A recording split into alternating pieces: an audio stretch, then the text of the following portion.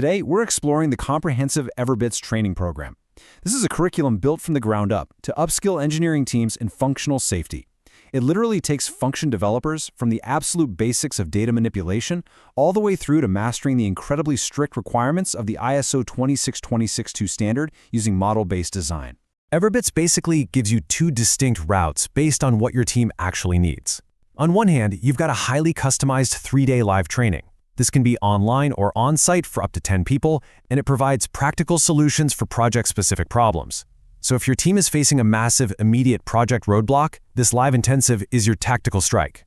On the other hand, we have the 24/7 self-paced video option. If you're steadily onboarding new hires throughout the year, this is incredibly scalable. It's designed for a flexible start, offers high-quality video instruction with dedicated email support, and it serves as a fantastic foundation for future coaching. But the crucial takeaway here is that this whole curriculum is built as a strict step-by-step ladder. I mean, you can't build a safe house on a shaky foundation, right?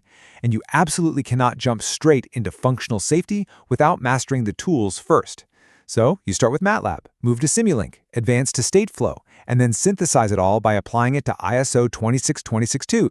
So the very first rung on this ladder is the MATLAB self-paced course. And the best part? Zero prior programming experience needed.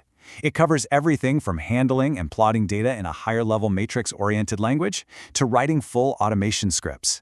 You'll learn something called defensive programming, which is essentially coding with a helmet on.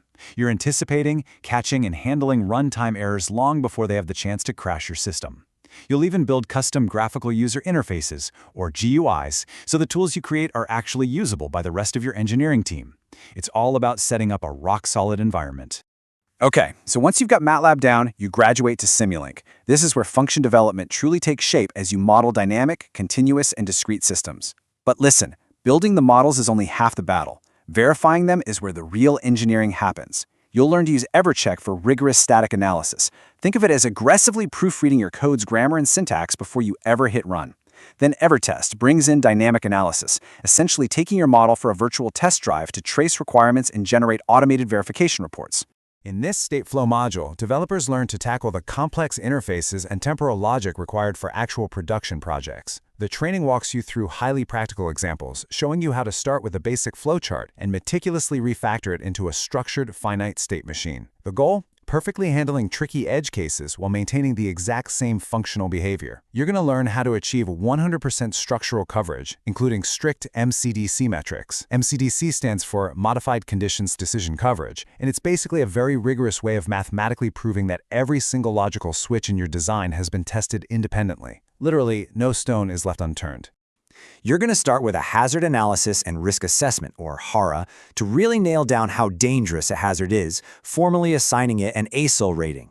Then, you'll dive into SOTIF, safety of the intended functionality. That's where you uncover the unknown unknowns, those bizarre edge case hazards you didn't even realize existed. From there, you'll generate a comprehensive safety plan and perform tool qualification to evaluate your tool's impact and error detection capabilities. The whole process just connects chronologically, so it all makes sense.